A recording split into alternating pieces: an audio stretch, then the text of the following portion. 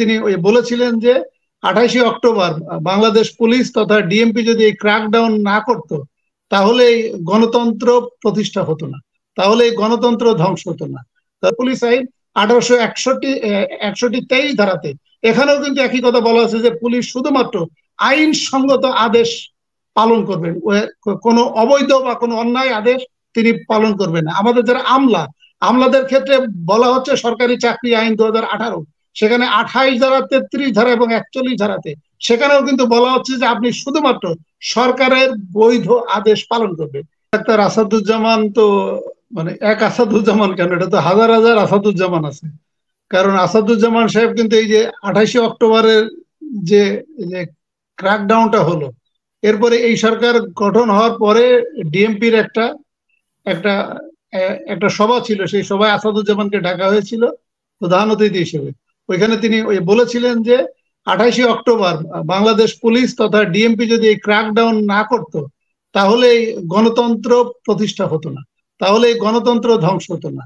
তাহলে যে ধরনের কর্তা, পুলিশ কর্মকর্তা বা একজন ঊর্ধ্বতন পুলিশ কর্মকর্তা যারা এই ধরনের বক্তব্য দেয় বা দিয়ে থাকে, তাদের সম্পর্কে আমি আসলে খুব বেশি আলোচনা করে সময় নষ্ট করতে চাই না, কারণ এটা কম বেশি জনগণ সবাই জানে।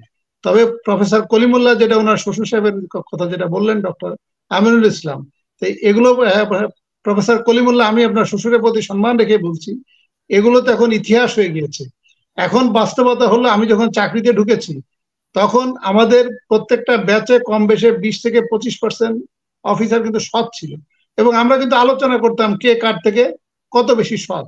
কিন্তু এখন বাস্তবতা হলো এখনো 20-25% সৎ কর্মকর্তা আছে, কিন্তু সেই 20-25% সৎ কর্মকর্তা এত বেশি কর্নার হাসিনা আক্তার, আপনার মাধ্যমে একটু দর্শকদেরকে একটু অবহিত করি।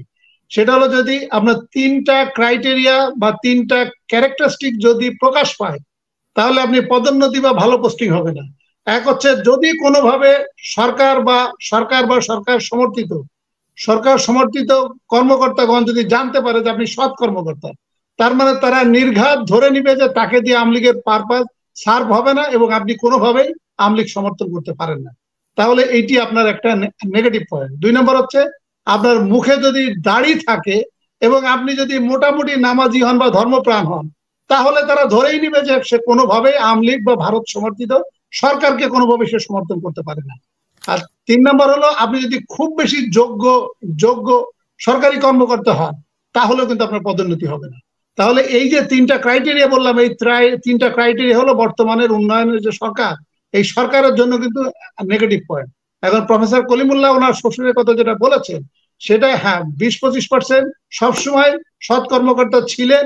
আমি যখন চাকরি করেছি তখনও ছিল, এখনো আছে। কিন্তু বাস্তবতা হচ্ছে, এখন যারা আছে আপনি একটু খোঁজ নিয়ে দেখেন, আইদার তারা হয়তো আমার মতো ক্ষমতাচ্যুত হয়েছে বা চাকরিচ্যুত হয়েছে, অথবা চাকরি থেকে তাকে বরখাস্ত করা হয়েছে, অথবা তাকে এমন ভাবে খারাপ পোস্টিং দেওয়া হয়েছে এবং সে আলটিমেটলি বাধ্য হয়েছে চাকরি ছেড়ে দিতে, অথবা সে চোখের পানি নাকের পানি এক জায়গায় করে কোনো মতে তার চাকরিটা শেষ করে রিটায়ারমেন্টে এসেছে। এটি হচ্ছে বাস্তবতা। সর্বশেষ হলো আমার প্রফেসর হাসনাত, কারণ আমি আমার বন্ধু প্রফেসর ফরাদের কথা বলবো না, কারণ উনি যে কথাগুলো বলেন সেটা হলো, আমি প্রশ্ন উঠেছে, আপনি কিভাবে সার্ভিস অবস্থায় এত ডিগ্রি নিলেন? না, আমি প্রফেসর ফরাদ ভাই যে কথা, আমি সার্ভিসে থাকা অবস্থায় কোনো আমি ডিগ্রি অর্জন করি নাই, এটা ফরাদ ভাইয়ের একটা ভুল ধারণা। আমি গ্রাজুয়েশন করেছি বাংলাদেশ মিলিটারি একাডেমি থেকে।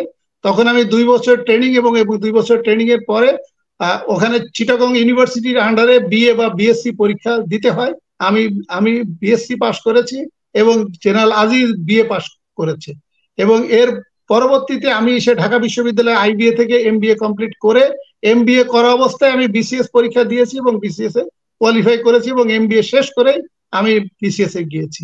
এরপরে আওয়ামী লীগের এরপরে আমাদের ফরাদ ভাইয়ের যে দল 96-এ আওয়ামী লীগ পাওয়ারে আসার পরে আমাকে সুন্দর করে আমার চাকরি জীবনে 2 বছর পরে আমাকে চাকরিচ্যুত করে ফেলে। এই চাকরিচ্যুত যখন করে ফেলে, তখন আমি বিভিন্ন বিশ্ববিদ্যালয় ইনক্লুডিং ঢাকা ইউনিভার্সিটি সহ বিভিন্ন প্রাইভেট বিশ্ববিদ্যালয়ে আমি শিক্ষকতা করেছি, প্রাইভেট চাকরি করেছি, এবং আমি ওই সময় ইউনিভার্সিটি অফ লন্ডনের অধীনে এলএলবি অনার্স করেছি, এবং পরবর্তীতে আমি আদালতের মাধ্যমে আবার চাকরিতে ফেরত এসে আমি 1 বছরের ছুটি নিয়ে ইংল্যান্ডে এসে ব্যারিস্টার ল ডিগ্রি অর্জন করেছি। এবং আমার পরবর্তী যে পিএইচডি পড়ালেখা বা পিএইচডি ফেলো সেটাও হলো আমার আমার এই যে যখন আমাকে চাকরিচ্যুত করা হয়, চাকরিচ্যুতের শেষের দিকে আমার অ্যাডমিশন ছিল, এবং ওইটা আমি এই যে আমাকে যখন আবার চাকরিচ্যুত করা হয় এটার কন্টিনিউশন হচ্ছে। তো এটা হলো যে আমি যে চাকরিতে থাকা অবস্থায় ডিগ্রি নিয়েছি, চাকরিতে থাকা অবস্থায় আমি 1 বছরে আমি লন্ডনে এসেছি, সেটা আমি সরকার থেকে আমি ছুটি নিয়ে ফুল টাইম কোর্সে 1 বছর এসে ব্যারিস্টার ল ডিগ্রি অর্জন করেছি। আচ্ছা, আর হলো যে আমাদের যেটা হলো যে আমি যেটা বলছিলাম যে প্রফেসর ফরহাদ ভাই যেহেতু আওয়ামী লীগে নেতারা যেভাবে কথা বলেন উনি একইভাবে কথা বলেন, যদিও ওনার কথাবার্তা অনেক মার্জিত, আওয়ামী লীগের অন্যান্য নেতাদের মতন না, অনেক মার্জিত, এই জন্য ওনাকে আমার ভালো লাগে। বাট অ্যাটলিস্ট ওই আওয়ামী লীগের অন্যান্য যে লেসপেন্সার আছে ওদের মতো একেবারে নেকেটলি কথা বলেন না, উনি অনেকটা মার্জিত ভাবে কথা বলেন, এই জন্য ওনাকে আমার ভালো লাগে, এই জন্য ওনাকে ধন্যবাদ। আর আমাদের যে প্রফেসর হাসনাত যেটা বললেন, উনি যেটা বললেন যে আমাদের সরকারি চাকরিজীবী যাদেরকে আদেশ দেওয়া হয় সেই আদেশ কি আইনসম্মত ভাবে মানতে বাধ্য কিনা, আমি জাস্ট অল্প একটু শেষ করে দিচ্ছি। সেটা হচ্ছে আমাদের সেনা আইন 1952-55 ধারাতে বলা হচ্ছে সেনা কমান্ডারগণ বা সেনাবাহিনী শুধুমাত্র আইনসঙ্গত আদেশ মানতে তিনি বাধ্য। তিনি কিন্তু কোনো অবৈধ আদেশ বা ইললিগাল অর্ডার তিনি কিন্তু মানবেন না এবং মানতে বাধ্য না। তাহলে সেনা প্রধানের কমান্ডার কিন্তু ডিফেন্স মিনিস্টার তথা প্রাইম মিনিস্টার, সেই ক্ষেত্রে ইনডাইরেক্টলি ইলেকশনের সময় ইলেকশন কমিশন। তাহলে ইলেকশন কমিশন যদি একটা অবৈধ আদেশ দিয়ে থাকে তাহলে সেই অবৈধ আদেশ কিন্তু সেনা কমান্ডার মানতে কিন্তু বাধ্য না।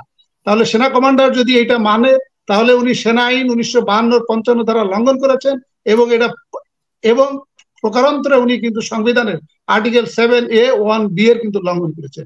আমাদের যে পুলিশ আইন 1861, যে আমি শেষ করে দিচ্ছি, আমাদের পুলিশ আইন 1861-23 ধারাতে এখানেও কিন্তু একই কথা বলা আছে যে পুলিশ শুধুমাত্র আইনসঙ্গত আদেশ পালন করবেন, কোনো অবৈধ বা কোনো অন্যায় আদেশ তিনি পালন করবেন না। আমাদের যারা আমলাদের ক্ষেত্রে বলা হচ্ছে সরকারি চাকরি আইন 2018, সেখানে 28 ধারা, 33 ধারা এবং 41 ধারাতে সেখানেও কিন্তু বলা হচ্ছে যে আপনি শুধুমাত্র সরকারের বৈধ আদেশ পালন করবেন।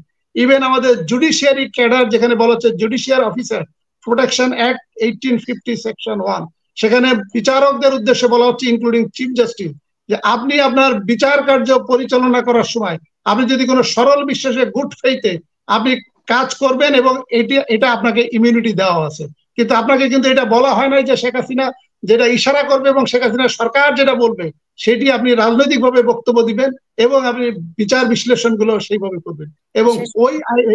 এবং ফৌজদারি কার্যবিধি 197 ধারাতেও কিন্তু একই কথা বলা হচ্ছে যে কোনো সরকারি কর্মকর্তা বা বিচার বিভাগীয় কর্মকর্তা যদি সরল বিশ্বাসে কোনো কাজ করে এবং সে যদি জাজমেন্ট প্রদান করে তাকে কিন্তু ইমিউনিটি দেওয়া আছে। কিন্তু এগুলোর যদি আপনি ব্যত্যয় ঘটান, আপনি যদি ওই যেটা আমাদের প্রফেসর হাসনাত এবং কলিমুল্লাহ যেটা বললেন যে একটা প্রক্রিয়ার মাধ্যমে সঠিকভাবে হয়েছে, তা আমার বিচার বিভাগে যদি এইভাবে প্রক্রিয়ার মাধ্যমে হয় তাহলে আপনার গণতান্ত্রিক সরকার আসলে এই চিফ জাস্টিসও কিন্তু আইনের যে বিচার অভিযোগ এটা থেকে কিন্তু রক্ষা পাবে না।